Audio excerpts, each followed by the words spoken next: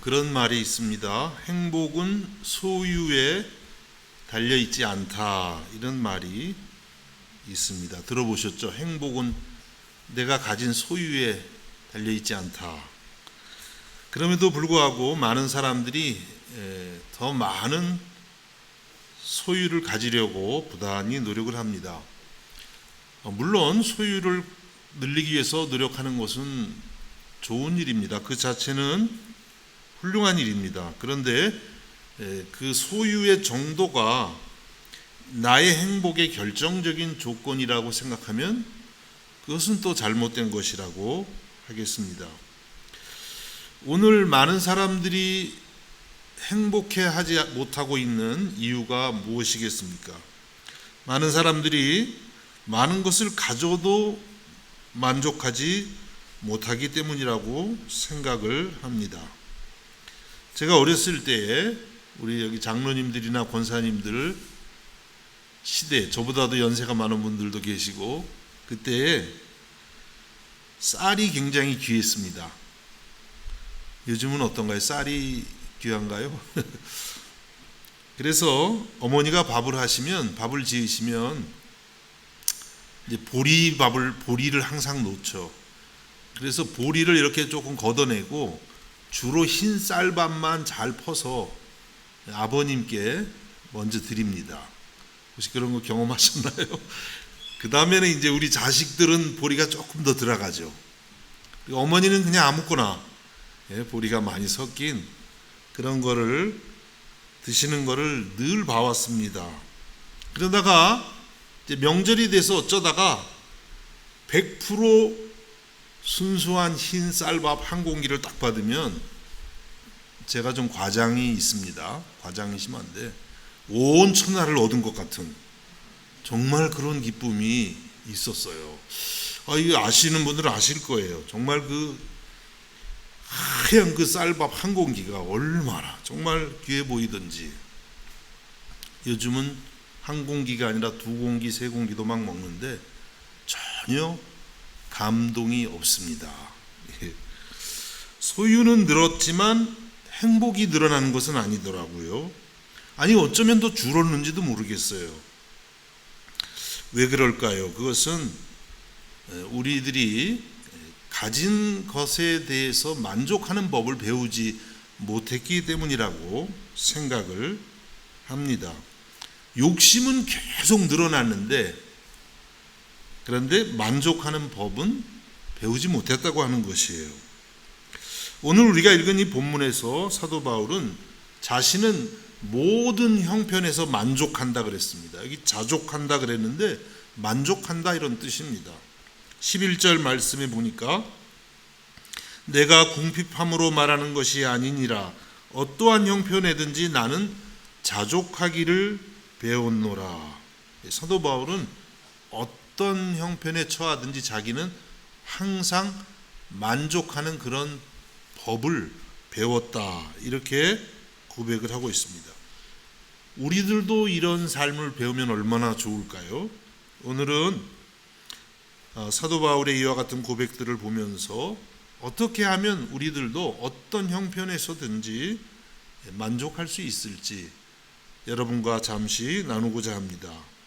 첫 번째는 사도 바울은 지극히 평범하고 당연한 일에 크게 기뻐하고 감사했습니다. 지극히 당연한 것이고 평범한 일인데 또 어떻게 보면 작은 일인데 거기에 기뻐합니다. 오늘 본문 10절을 읽어봅니다. 내가 주 안에서 크게 기뻐함은 너희가 나를 생각하던 것이 이제 다시 싹이 남이니 너희가 또한 이를 위하여 생각은 하였으나 기회가 없었느니라.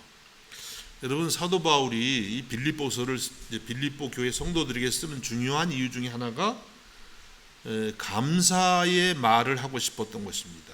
빌립보 교회는 사도 바울이 선교 여행할 때 여러 차례 물질적인 후원을 했습니다. 모든 교회가 그런 것이 아니에요. 사도 바울이 세운 교회가 정말 많았는데 모든 교회가 그러지 않았고 특별히 이 빌립보 교회가 많은 도움을 전달했습니다. 그런데 어느 정도 기간 동안 이게 멈췄어요.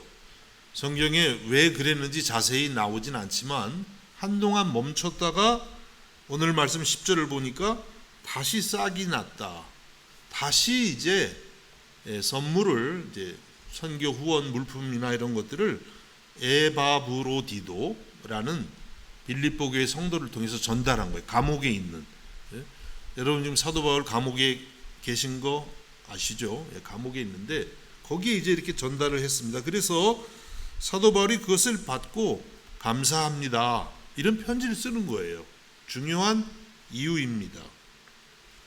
그런데 사도 바울이 어떻게 고백했냐면 크게 기뻐했다 그랬어요. 그래서 이 편지를 받는 또 빌립보 성도들이 오해할 수도 있어요. 사도 바울이 너무 기뻐하는데 혹시 앞으로 계속 후원 좀 잘해달라고 하는 것은 아닐까? 그런 생각 드실 거 아니에요, 여러분. 만일에 제가 어디 선교여행을 떠났는데 여러분 그냥 선물 주시니까 너무너무 좋으네요. 예. 그러면 어떻게 생각하시겠어요? 목사님 또 필요하다는 뜻인가? 모르겠어요. 저는 그런 의도로 말할지도 모르겠습니다. 근데 사도 바울은 그렇지 않다 이렇게 오해하지 않도록 이야기를 했어요. 그게 11절 말씀입니다. 내가 궁핍함으로 말하는 것이 아니니라. 필요해서 이런 얘기하는 게 아니다. 어떠한 형편에든지 나는 자족하기를 배웠노라. 사도 바울은 있어도 그만 없어도 그만, 있으면 있는 대로 좋고 없으면 없는 대로 좋고 만족하는 그런 삶을 자기는 배워왔다. 터득했다. 그렇게 고백합니다. 그러면 사도 바울이 기뻐했던 진정한 이유는 무엇인가요? 그것은 우리가 말씀 본 것처럼 사도 바울을 생각하는 것이 다시 싹이 났다. 이것은 또 사도 바울을 생각했다는 건 예수님을 생각했다는 뜻이에요. 주님의 사역을 생각하고 그래서 그들의 신앙이 이렇게 회복되고 자라가는 그것이 기쁘다는 거예요. 그것이 사도 바울이 기뻐했던 진정한 이유라고 하는 것입니다. 그걸 가지고 그냥 크게 기뻐한 거예요. 우리가 이 말씀을 보면 바울 사도는 어쩌면 너무나도 당연하고 평범하고 또 어떤 면에서는 눈에 이렇게 잘 보이지 않는 그런 영적인 것에 대해서 크게 기뻐하는 것을 알 수가 있습니다. 데살로니가전서 5장 18절에 보니까 여러분 잘 아는 말씀이죠. 범사에 감사하라. 이것이 그리스도 예수 안에서 너희를 향하신 하나님의 뜻이니라. 범사에 감사하라. 지극히 평범한 것, 당연하다고 생각되는 것, 그런 것들에 감사하라고 말씀을 했습니다. 이런 감사를 하고 있는 거예요, 사도 바울이.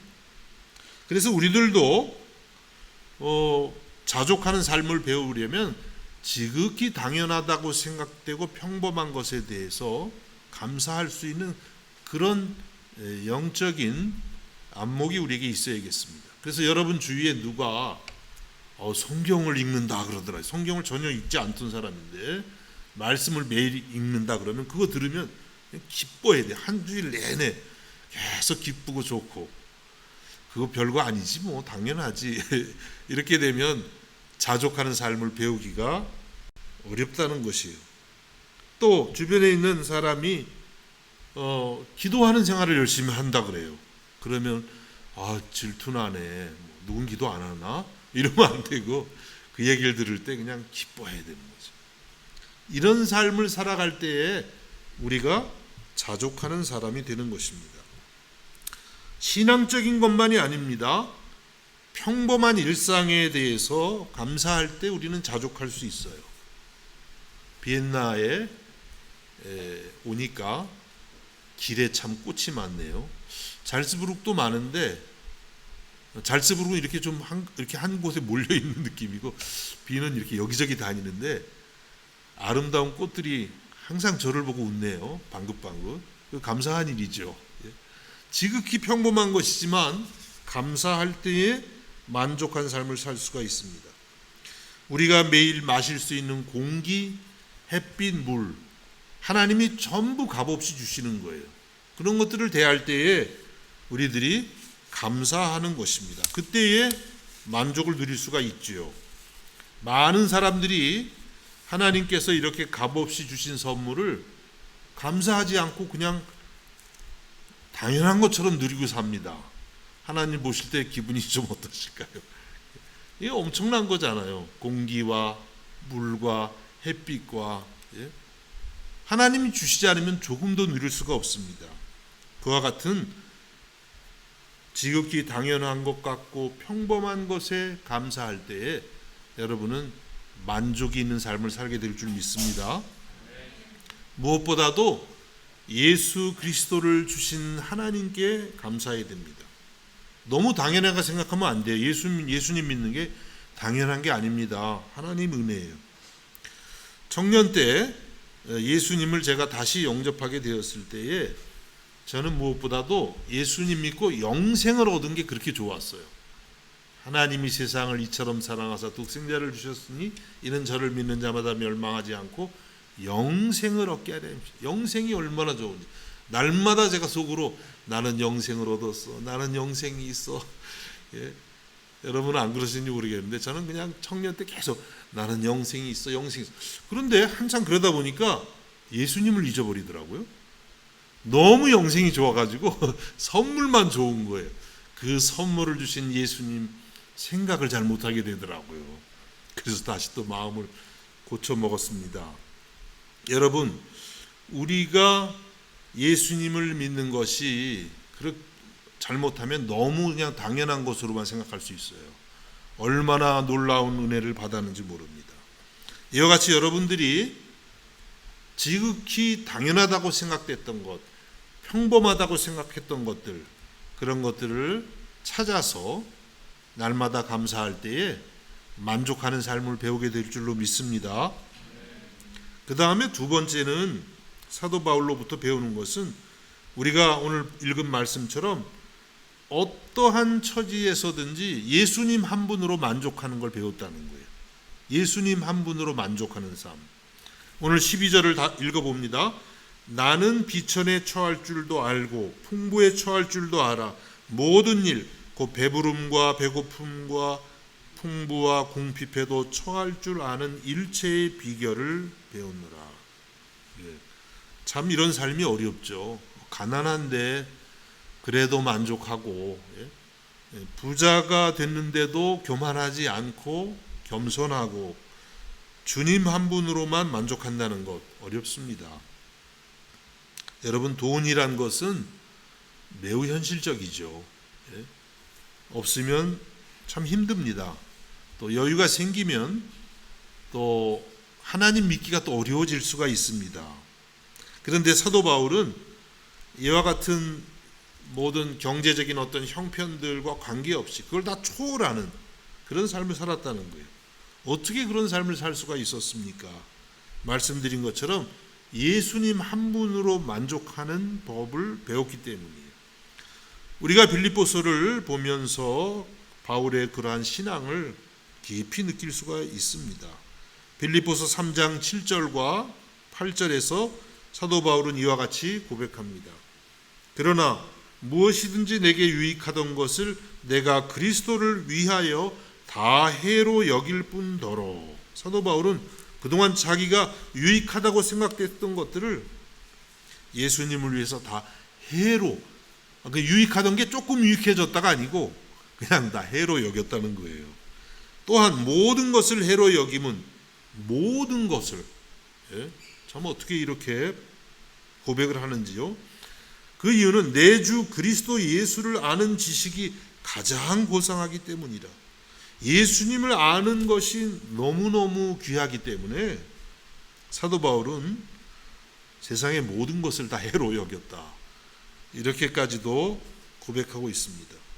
예수님을 알고 나니까 그동안 내가 조금 괜찮다고 생각했던 것들, 이거는 이런 도움이 되고 저런 건 저런 도움이 되고, 그런 것들이 전부 배설물처럼 여겨졌다고 고백을 하고 있습니다.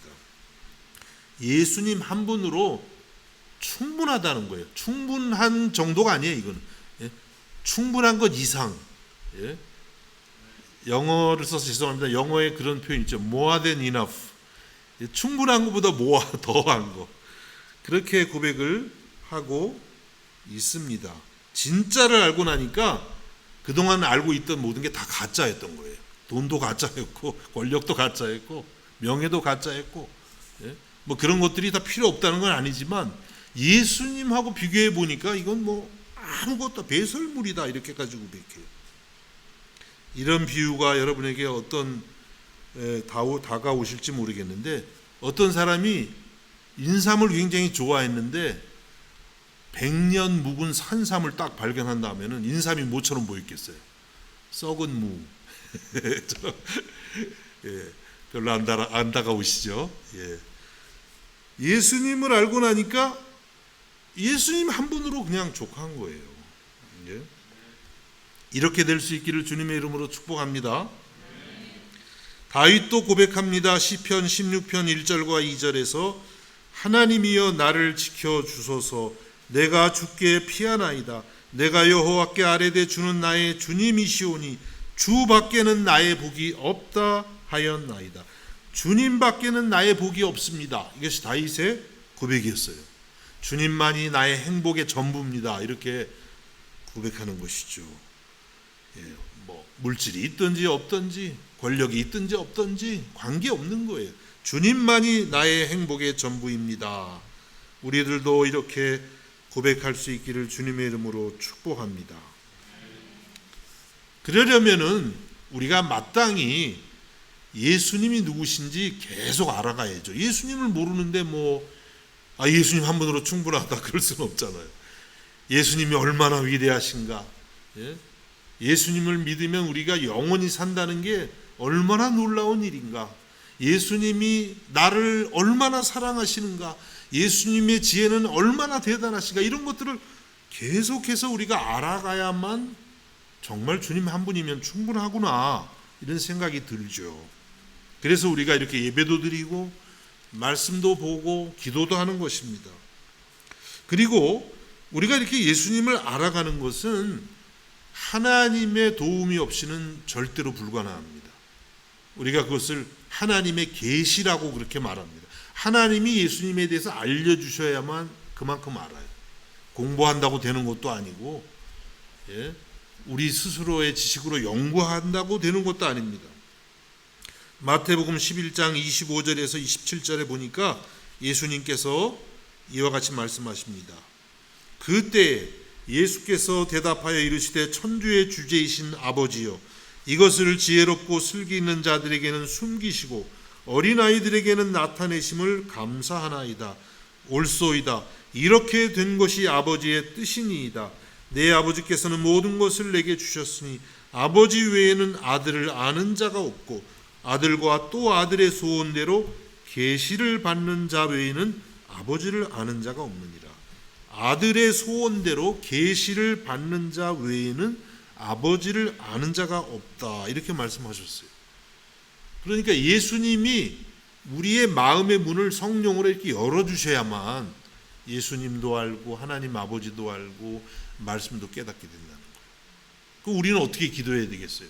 주님, 내 이 어두운 눈을 열어주셔서 주님이 얼마나 위대하신지 알게 해주세요. 주님이 얼마나 대단하신지 이걸 몰라서 내가 아직도 그냥 세상 것에 연연하고 있어요.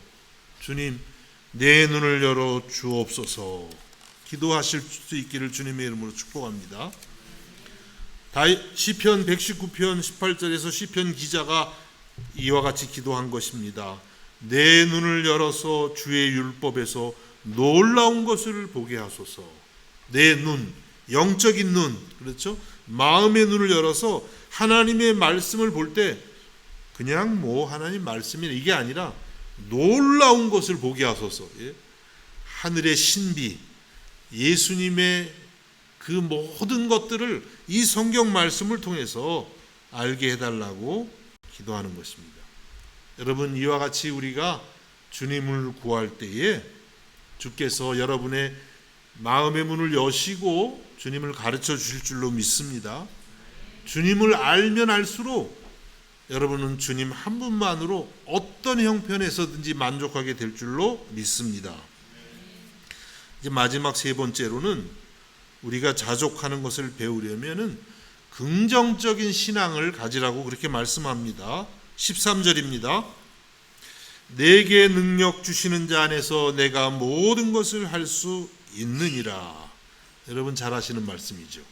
다른 말씀은 몰라도 이 말씀은 내게 능력 주시는 자 안에서 내가 모든 것을 할 수 있느냐. 그런데 이 말씀의 뜻을 우리가 좀 깊이 생각해 볼 필요가 있습니다. 이 말씀의 뜻을 잘못 생각하면 그래 내가 예수님 믿으면 그냥 내가 원하는 대로 다 잘 될 거야.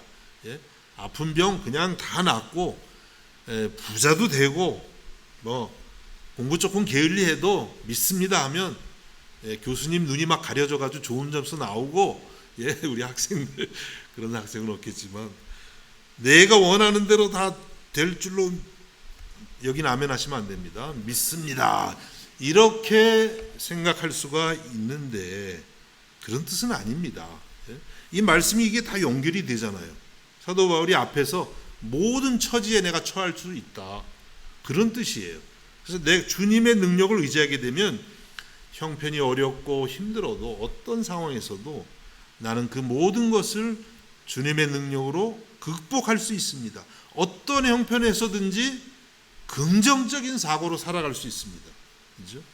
그래서 모든 게 다 해결된다는 뜻은 아니고 이런 긍정적인 마인드를 가지고 또 사실 긍정적인 마인드를 가지고 살아가다 보면 실제로 우리는 많은 문제들을 해결할 수 있죠. 여러분 우리가 이와 같이 긍정적인 신앙을 배울 수 있기를 간절히 바랍니다. 어떻게 하면은 우리가 긍정적인 신앙을 길러갈 수 있을까요? 사도 바울이 말씀했죠. 내게 능력 주시는 자 안에서 예수님의 능력으로 살아가는 것입니다. 그게 긍정적으로 살아가는 방법이에요. 그러려면 또 우리는 내 능력이나 힘은 내려놓아야죠. 오늘 우리 집사님이 고백하셨잖아요. 기도할 때 주님의 능력을 의지해야 되는데 한 주간 내 능력과 힘을 많이 좀 의지했습니다. 여러분 사람이 물에 빠지면 이제 구조대가 가서 구조를 하는데 구조를 받으려면은 힘을 빼야 된대요. 살려주세요 하고 꽉 잡으면 같이 죽는데요. 잘못하면. 근데 뭐 사람이 물에 빠졌는데 그런 생각할 수 있을까요? 근데 원칙은 그렇습니다. 힘을 빼야 돼요. 힘을 빼야만 구조대가 와서 나를 이렇게 구조해낼 수가 있는 것이죠. 마찬가지로 우리가 하나님의 능력으로 살려면 내 힘이 다 빠져야 돼요. 내 힘이 너무 있으면 하나님의 인도하심과 성령의 능력을 경험하기가 어려운 것입니다. 나의 자랑, 내 의로움, 내 야망, 계획, 욕심 다 내려놔야 됩니다. 그때에 하나님이 이제 우리를 붙들고 하나님의 나라를 위해서 쓰시는 것이에요.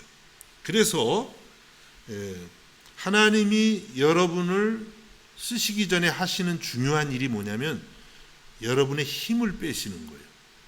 힘 좀 많이 빠졌습니까? 이거 내가 해보겠다. 그것에 다 빠져야 돼. 하나님이 모세는 힘 몇 년 빼셨죠? 40년간. 이런 경우는 없기를 바랍니다.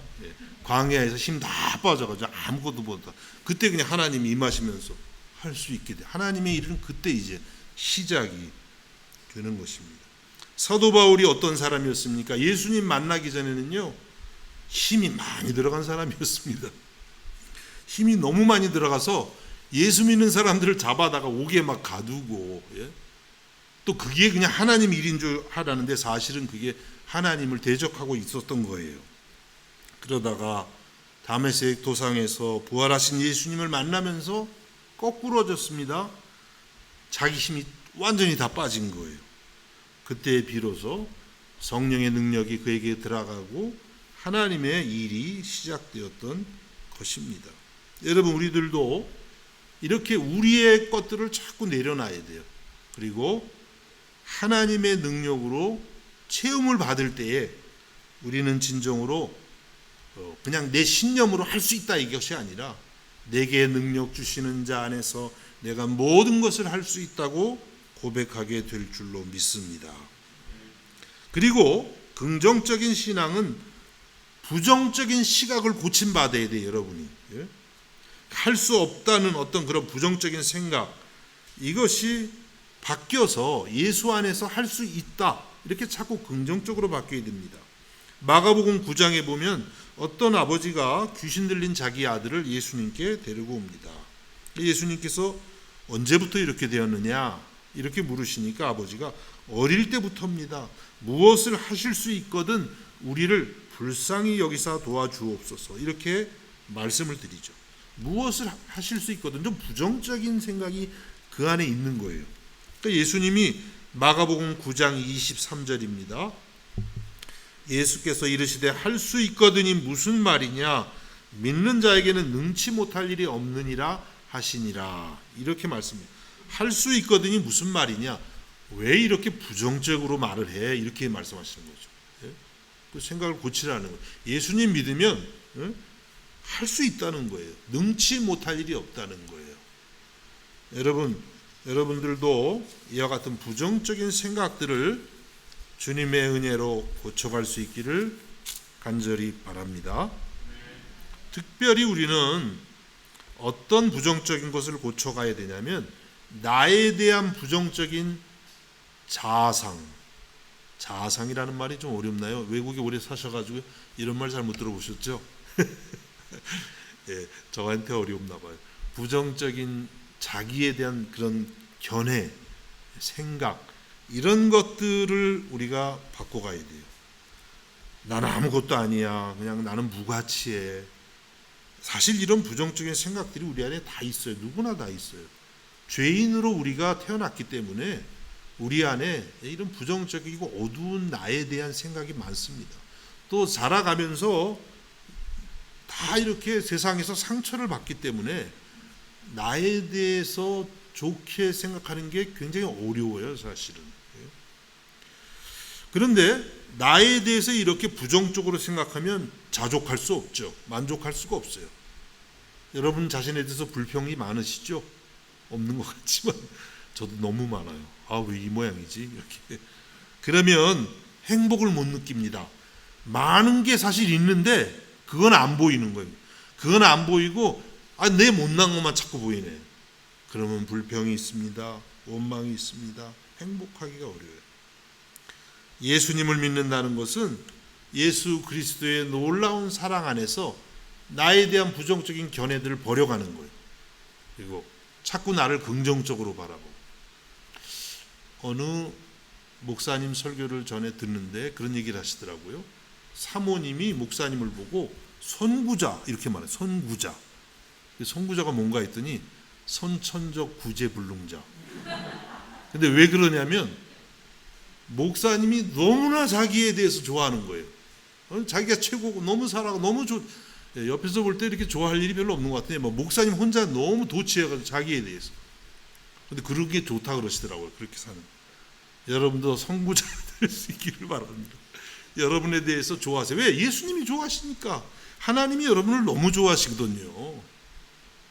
그걸로 우리를 좋아하는 거예요. 지난 토요일에 우리 이제 생명의 삶이라는 책을 통해서 우리가 매일 개인적으로 말씀을 묵상하지 않습니까? 예, 안 하시는 분들은 조금 찔리시죠. 네. 그런데 지난주 토요일 순서가 출애굽기 28장이었어요. 참 은혜가 됐습니다. 그 출애굽기 28장은 뭐냐면 구약의 대제사장이 이 가슴에 판결 흉패라는 것을 달아요. 판결 흉패. 근데 그 판결 흉패가 어떻게 되냐면 보석이 3개씩 해서 이렇게 4줄로 돼 있어요. 아주 아름다운 보석이 4줄로 돼 있는데 거기에다가 하나님이 이스라엘 12지파 이름을 하나씩 다 새기라고 하는 거예요. 출애굽기 28장 21절에 보면 이 보석들은 이스라엘 아들들의 이름대로 12이라 보석마다 12지파의 한 이름씩 도장을 새기는 법으로 새기고, 이 보석이 뭘 말하냐면 이스라엘의 12아들들의 이름을 말하는 거예요. 거기다가 유다, 레위, 시므온, 뭐 이사갈 이런 식으로 12지파 이름을 여기다가 새기는 것이죠. 저는 그 말씀을 읽으면서 우리 이름이 예수님 가슴에 저렇게 새겨 있겠구나 이런 생각이 들더라고요. 이 구약의 대제사장은 신약으로 오면 예수님이거든요. 예수님 이름에 내 이름이 저렇게 아름답게 보석처럼 달려 있을 걸 생각하니까 얼마나 정말 기분이 좋은지 몰라요. 여러분의 이름이요 예수님 가슴에 그렇게 다 새겨져 있습니다. 제 얘기가 아니고 성경의 말씀인 거예요. 그리고 또 도장으로 새기는 법으로 새겼다. 아주 지우지 못하게 마귀가 와서 못 지우도록 아주 확실하게 새겨져 있다는 거예요. 그렇습니다, 여러분. 주님은 우리를 이렇게 귀하게 여기시는 것, 그것이 우리 자신을 향한 견해가 되어야 되는 거예요. 내가 이렇게 나는 정말 형편없지만 주님이 이렇게 나를 귀하게 여기시는구나. 나를 도장같이 그렇게 새기셨구나 생각해야 됩니다. 이제 마지막으로 이사야서 49장 14절에서 16절을 한번 읽어보고 말씀을 마치겠습니다. 오직 시온이 이르기를 여호와께서 나를 버리시며 주께서 나를 잊으셨다 하였거니와 여인이 어찌 그 젖 먹는 자식을 잊겠으며 자기 태에서 난 아들을 긍휼히 여기지 않겠느냐. 그들은 혹시 잊을지라도 나는 너를 잊지 아니할 것이라. 내가 너를 손바닥에 새겼고 너의 성벽이 항상 내 앞에 있나니. 이렇게 말씀합니다. 이스라엘 백성들이 고난 중에 하나님이 나를 버리셨나? 하나님이 나를 잊으신 건 아닐까?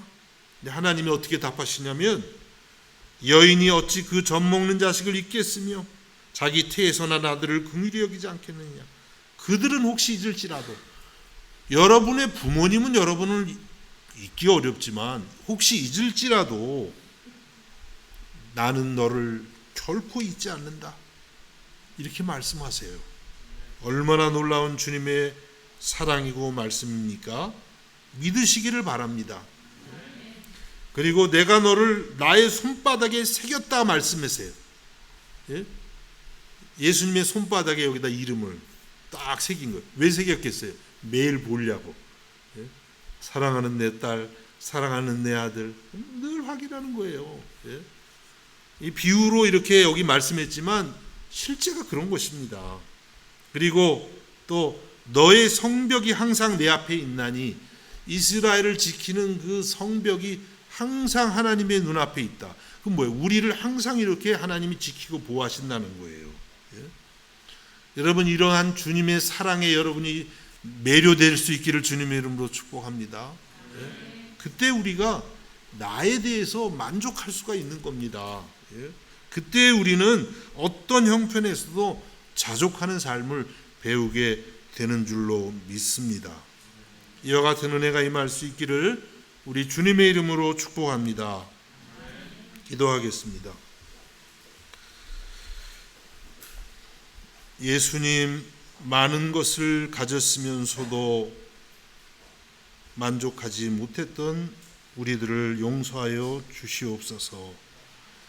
예수님을 우리들이 가졌으면서도 더 다른 것들을 구했음을 불쌍히 여겨 주시옵소서. 주님 한 분만으로 충분히 만족할 수 있는 저희가 되어서 어떠한 형편에서도 자족하는 복된 삶을 살게 하여 주옵소서. 예수님의 이름으로 기도하옵나이다. 아멘.